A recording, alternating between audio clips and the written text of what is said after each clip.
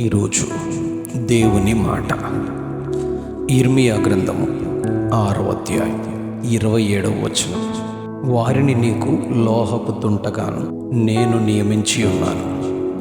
వారిని నీకు లోహపు తుంటగాను నేను నియమించి ఉన్నాను. నీవు నా జనుల మార్గమును తెలుసుకుని పరీక్షించున్నట్లు నిన్ను వారికి వన్నె చూచువానిగాను వారిని నీకు లోహపు తుంటగాను నేను నిన్ను నియమించి ఉన్నాను.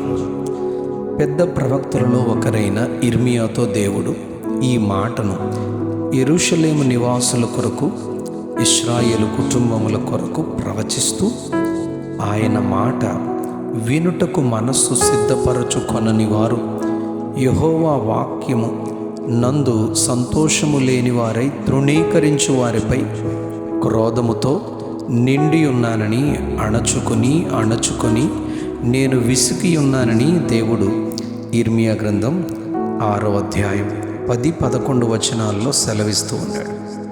6వ అధ్యాయం 16వ వచనంలో, మార్గములలో నిలిచి చూడండి, పురాతన మార్గములను గూర్చి విచారించి చూడండి, మేలు కలుగు మార్గమేదని అడిగి అందులో నడుచుకొనుడి, అప్పుడు మీకు నెమ్మది కలుగును అని చెబుతుంటే వారు మేము అందులో నడుచుకొనమని చెప్పుచున్నారు. మిమ్మును కాపు కాయుటకు నేను కావలి వారిని ఉంచి ఉన్నాను, ఆలకించుడి, వారు చేయు బూరధ్వని వినబడుచున్నది, అయితే మేము వినమని వారు అనుచున్నారు. కావున ఈ జనుల మార్గమున నేడు అడ్డురాళ్ళు వేయుదును, తండ్రులేమి కుమారులేమి అందరూ అవి తగిలి కూలుదురు, ఇరుగు పొరుగు వారును నశించెదరు అని దేవుడు ఇర్మియా 6వ అధ్యాయం 21వ వచనంలో ఆయన చెబుతూ ఉన్నారు. 5వ అధ్యాయం మొదటి 2 వచనాల్లో, యెరూషలేము వీధులలో ఇటు అటు పరిగెత్తుచు చూచి తెలుసుకొనండి, దాని రాజమార్గములలో విచారణ చేయండి, న్యాయము జరిగించుచు నమ్మకముగా నుండి యత్నించుచున్న ఒకడు మీకు కనబడిన ఎడల నేను దాన్ని క్షమించుదునని ఆయన ప్రకటిస్తున్నాడు. ఇర్మియా గ్రంథం 6వ అధ్యాయం 28వ వచనంలో, వారందరూ బహుద్రోహులు, కొండెగాండ్రు, వారు మట్టి లోహము వంటి వారు, వారందరూ చెరుపువారు అని పోల్చుతూ, కరిగించినను శుభ్రపడి వెలుపలికి మంచి వెండిగా రాని పారవేయు వెండి వంటి వారని ఆ ప్రజల నడవడికను గూర్చి ఆయన వేదన పడుతూ ఉన్నారు. వారిని అలా విడిచిపెట్టడం దేవునికి ఇష్టం లేక దేవుడు ఇర్మియా ప్రవక్తను ఒక లోహపు తుంటగా పోల్చుతూ వారికి మారు మనసు పొందునట్లుగా 6వ అధ్యాయం 26వ వచనంలో, నా జనమా, పాడు చేయువాడు హఠాత్తుగా మీ మీదికి వచ్చుచున్నాడు, గోనె పట్ట కట్టుకుని బూడిద చల్లుకొనుము, ఏక కుమారుని గూర్చి దుఃఖించున్నట్లు దుఃఖము సలుపుము, ఘోరమైన దుఃఖము సలుపుమని హెచ్చరిస్తున్నాడు ప్రభు. మత్తయి సువార్త 5వ అధ్యాయం 13వ వచనంలో, మీరు లోకానికి ఉప్పై ఉన్నారు, ఉప్పు నిస్సారమైతే దేని వలన సారము పొందును అని దేవుడు ప్రశ్నిస్తూ ఉన్నారు.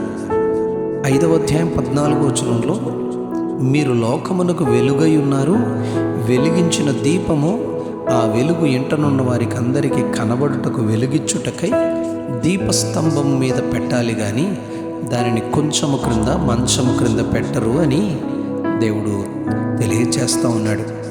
దేవుని ప్రజలు ఇలాగున తమ నడవడిక జీవితములో సాక్ష్యములుగా లేని సమయాలలో హెచ్చరించేవారిని, ఖండించేవారిని, బుద్ధి చెప్పేవారిని వారి యొద్దకు దేవుడు పంపించారు. వారు తమ నడవడికను సరిచేసుకుని బాగుపడిన వారు ఉన్నారు, తిరుగబడి నాశనమైన వారు కూడా ఉన్నారు. 1 సమూయేలు గ్రంథం 15వ అధ్యాయం 9వ వచనంలో, రాజైన సౌలుతో అమాలేకీయుల సర్వమును నాశనము చేయమని చెప్పగా, సంపదలోని గొర్రెలలో ఎడ్లలో క్రొవ్విన వాటిని నాశనము చేయకుండా ఒక చోట దాచిపెట్టిన సౌలు నొద్దకు ప్రవక్త అయిన సమూయేలు వచ్చి గద్దిస్తాడు. కానీ సౌలు పశ్చాత్తాపపడక తిరుగబడి సౌలు దుప్పటి చెంగును పట్టుకోగానే అది చినిగిపోతుంది. దేవుడు లోబడని సౌలును రాజుగా ఉండకుండా తొలగిస్తాడు.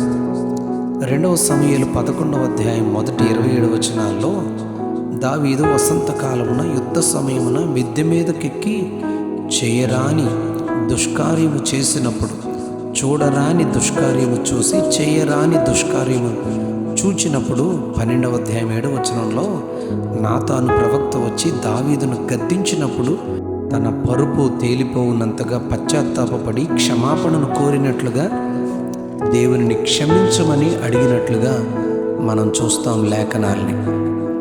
అలాగే సంఖ్యాకాండం 22వ అధ్యాయంలో బాలాకు ఇచ్చేదనని చెప్పిన సంపద కొరకు బిలాము ఆశపడి దేవుని ప్రజలైన ఇశ్రాయేలును శపించుటకు వెళ్ళుచుండగా ఆయన ఎంత హెచ్చరించి కాదని చెప్పినను మరలా దేవుని శోధించినప్పుడు వెళ్ళుమని చెప్పి తన నోటికి అందించు మాటనే పలకమని దేవుడు హెచ్చరించి పంపిస్తాడు. కానీ తాను వెళ్ళుచున్న త్రోవలో గాడిద తనతో మాట్లాడినట్టు, ముండ్ల కంచెల మధ్య తన కాళ్లను గాయపరిచినట్లు చదువుతాం. నిజమే, దేవునికి విరోధంగా ఆయన మాటకు అవిధేయులముగా నడుచుకునే మనకు ఆయన వాక్యము ద్వారా, కలల ద్వారా, స్వప్నముల ద్వారా, సేవకుల ద్వారా, ప్రవచనాల ద్వారా దేవుడు హెచ్చరిస్తాడు. మార్గమును సరిచేసుకోమని, బాగుపడినట్లు ఇర్మియా లాంటి ప్రవక్తల ద్వారా హెచ్చరించి కొలిమిలో పెట్టిన లోహపు తుంట ద్వారా కరిగించి శుద్ధిపరచి తిరిగి మొదటి దీవెన ఆశీర్వాదము ఆనందం పొందుకున్నట్లు ఆయన సందేశము సిద్ధపరుస్తారు. అలాగున్న మనమును సరిచేయబడి మొదటి దీవెనను కృపను పొందుకొనున్నట్లుగా ఆయనే సహాయము చేయునుగాక. Amen, amen, amen. వారిని నీకు లోహపు తుంటగాను నియమించి ఉన్నాను. వారిని నీకు లోహపు తుంటగాను నియమించి ఉన్నాను. ఆమెన్.